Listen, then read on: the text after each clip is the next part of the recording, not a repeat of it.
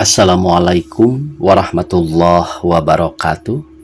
Pemirsa subscriber YouTube Mang Cecep Goro Bacep anu satia satuhu manco di mana wae ayana.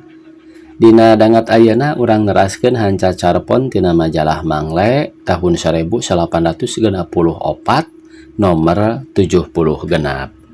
Carpon anu baris kapidangkeun dina dangat ayana ieu teh pamirsa tina kolom pengalaman para mitra. Judul anu kahiji nyaeta Parebut Konca. Sumangga supados teu nyangkolong teuing kana waktos, wilujeng ngadangukeun.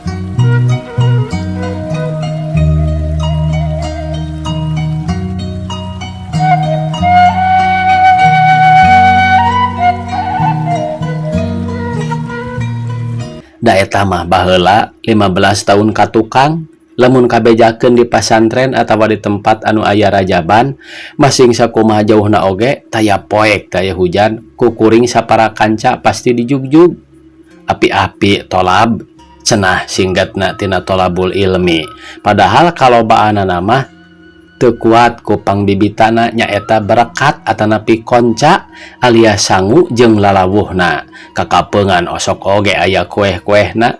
Nyatana bae kieu pangkoncana nu jadi daya panarik utama teh eta bae lamun ajengan keur ngaos mah teu ieuh daek ngadengekeun, malah loba nu sare dina jukut lain nundutan deui. Tapi lamun kaluar konca teh meniting korejat nu lulungu ge belaan ti dadalagor, paboro-boro muru kanu nyuhun nyiru atawa kana tolombong di tukang ngabagina. Komo mun lobana konca teu saimbang jeung lobana jalma, mindeng timbul karusuhan awahing ku parebut. Tampolana aya nu duel, nu kababuk puhu ceuli, nu kapepeg cukang irung teh teu aneh nepi ka balon cunur. Turug-turug loba nu hawak deui, hayang menang loba lain hiji bae. Sakali mangsa kuring pisan nu jadi korban dikusru kana balong lantaran kasedekeun. Dengan mah kawasna teh kajen teuing tarang bancunur asal mucekil. Babaturan kuring nu sok untung bae teh si Uneng jeung si Jai. Sabab loba akal jeung pangalaman. Kumaha kuduna ari parebut konca? Kieu biasana mah lamun geus jol tukang ngabagikeun konca maranehna teu asa-asa muru nyiruna. Nyiru nu pinuh ku konca teh ku si Uneng ditongtak sina bahe kapala bah si Jai anu geus taki-taki nandean ku sampingna. Ada 10 bungkus mah sok nyangsang oge, sarta terus kanu poek dibagi-bagi sababaturanana. Basa kuring tigebrus kana balong oge si Uneng jeung si Jai mah meunang 4 bungkus sewang cenah. Hate kuring bati ngagaramet itu 4 bungkus atuh hiji mah pantes bae. Lain ieu mah keur teu hiji-hiji acan teh cipro ku letak balong. Walhasil kudu kumaha jalana atuh, sangkan teu kudu ripuh tapi bari ngagemol. Lantaran di jero masjid mah tara ribut cara di luar, kuring jeung babaturan nu sapantar ganti siasat tolab teh milu asup ke jero masjid ti beurang keneh. Api-api murus salat magrib, padahal sieun teu kabagean tempat nu strategis. Kawasna bae kuring ge kaasup kana golongan nu teu sugema ku sabungkus. Abong-abong sifatna jalma teh diberesasiku hayang sadepa. Tolabul ilmu hartina neangan ilmu, neangan kapinteran, bet nya kontan sabab kuring ujug-ujug manggih akal anu saharita dicoba. Kieu geura barang nu ngabagi teh geus deukeut kuring geuwat sila tutug pek tuur teh dikopeahan sarta bari api-api disangkeh ku leungeun kenca ame siga budak leutik keur sare. Komo di nu rada poek mah barang nu ngabagi teh ngasongkeun konca buru-buru ku kuring ditampanan bari nyarita. Ieu mang budak sare hiji deui bari nunjuk kana tuur nu dikopeahan teh atuh song deui we si emang teh mere sabungkus deui. Aya milik euy si laing. Cek kuring kana tuur kuring sorangan bari ditepakan. Tamat cenah ieu pamirsa. Ieu kintunan Raden Munding Laya Bandung. Kitu nya pamirsa kapungkur mah cenah. Aya konca. Ya teh 15 tahun ti tahun 1864 panginten nya. Judul anu kadua Oray Hos. Geus saminggu kuring boga nu ngora hanjakal nu kolot geus nyahoeun.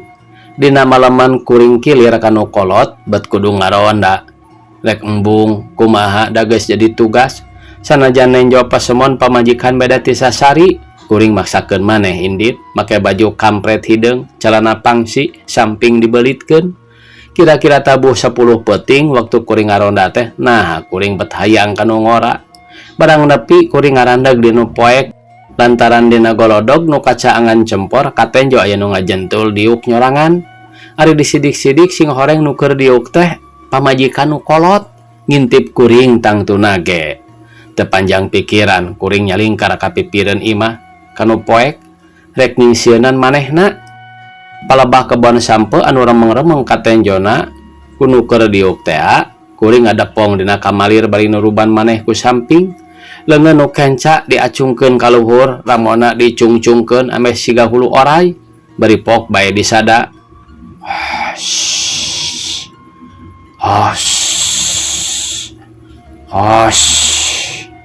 Ngadengin hos-hosan jeung nenjo siga oray teh manehna lain lumpat kalah ka ngadeukeutan bari dodongkoan jeung sasambat ka akina meureun. Da kieu kadengena. Eyang, cing kuring tulungan. Can tamat manehna ngomong kuring disada deui. Hos.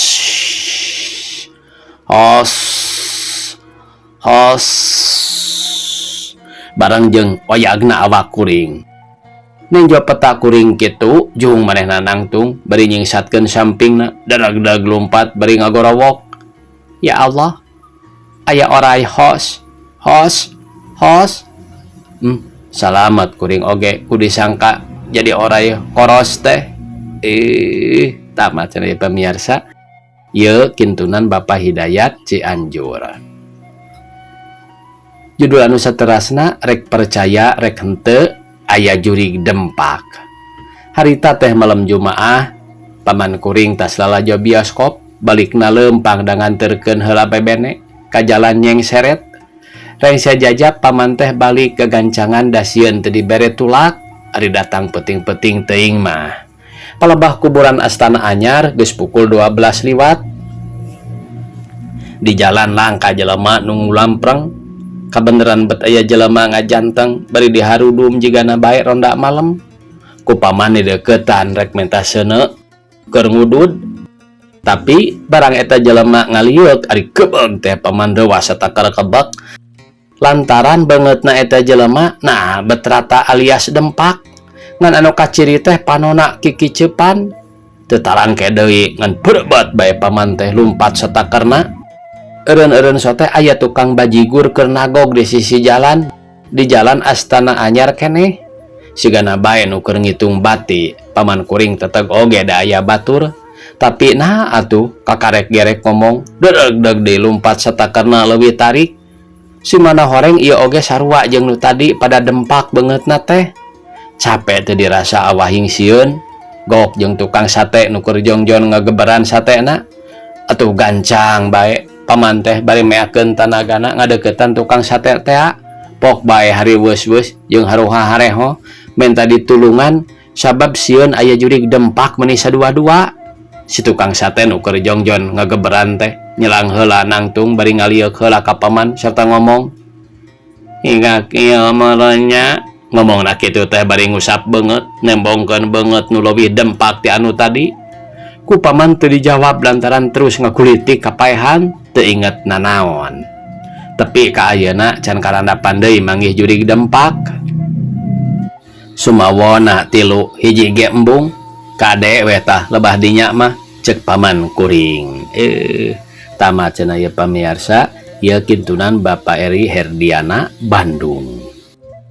Judul saterasna BH nu kitu teh mah.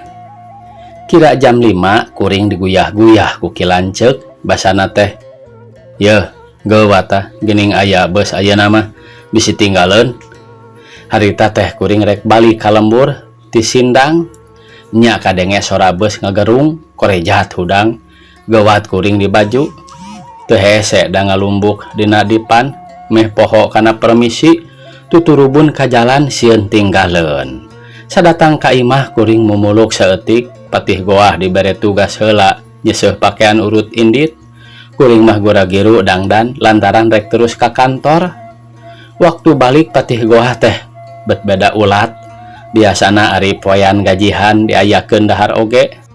Nah ari harita teh waktu balik patih goah teh bet beda ulat. Biasana ari poean gajihan diajakan dahar oge.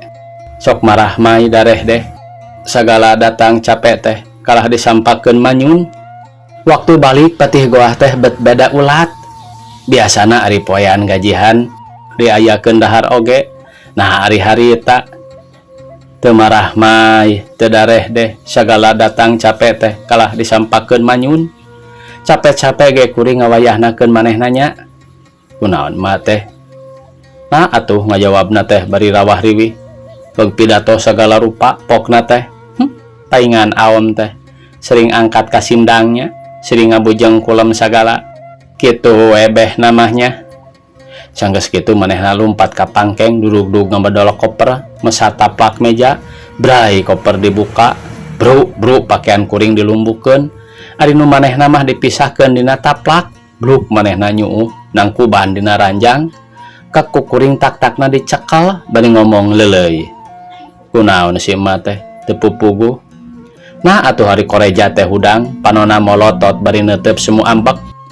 Kunaon aom teh parantos teu suka. Lucunya mulih gajihan teh sanes barang candak kalahkah ngagubug BH jeung popok. Kulem-kulem teh disindang parantos kagungan putra wehnya aom teh. BH naon? Ceuk kuring nyereng. Kusiwal manehna ngodok ka handapeun kasur, tayohna nyokot BH jeung popok anu disebutkeun teh beri nerewelang. Tuang atuh sareng BH-BH-na sakalian. Leuh jeung ledrak kuleuh teh tara deseuh-seuh acan meureun tah ku si haram jadah teh. Miwarang we nya ka batur nyeuseuhna. Kuring beuki hookeun. Memeh sadar geus kurunyung manten serangan kahiji. Lantaran kaget teu pati katakis lumayan BH kuleuh jeung popok teh nyoledat kana bibir. Sanajan keur kaget bubuhan rada jero ngadolewakna karasa saeutik. Sari pait, tengi jeung hasem. Bari jibrut micen tengi anu napel dina bibir kuring kapaksa naki serangan anu kadua. Lapar-lapar ge tibatan diwewelan BH kuleuh jeung popok orok mah kapaksa ngalawan. Kak leungeunna dicekel, dipurilitkeun, terus ditilep disina nyuuh kana kasur. Gelut nyaan ieu mah. Kalah ku diupah apeh mah leler oge nafsuna, tapi alasan kuring nu kumaha bae oge ku manehna ditolak. Lantaran bukti eces dina pesak calana aya BH jeung popok. 3 poe perang dingin di imah, cager soteh dina poe kaopat. Kebeneran kilanceuk ti bojong ngahaja datang, kuring pura-pura dangdan heula, patih goah nu nyang hareupan. Manehna reup geuneuk rai pias waktu ku kuring ditoong di tina sela-sela bilik. Ceuk kilanceuk teh, bogoh nyi BH eceuna jeung popok budak kabawa ku akangna. Rusuh meureun samarukna kaos kaki mangkaning eueuh deui eta teh. Rek nukerkeun eta we akang teh. Bari nuangkeun kilanceuk kaayaan teh aman deui. Tamat cenah ieu pamiarsa. Sakitu anu tiasa kapihatur. Wassalamualaikum warahmatullahi wabarakatuh.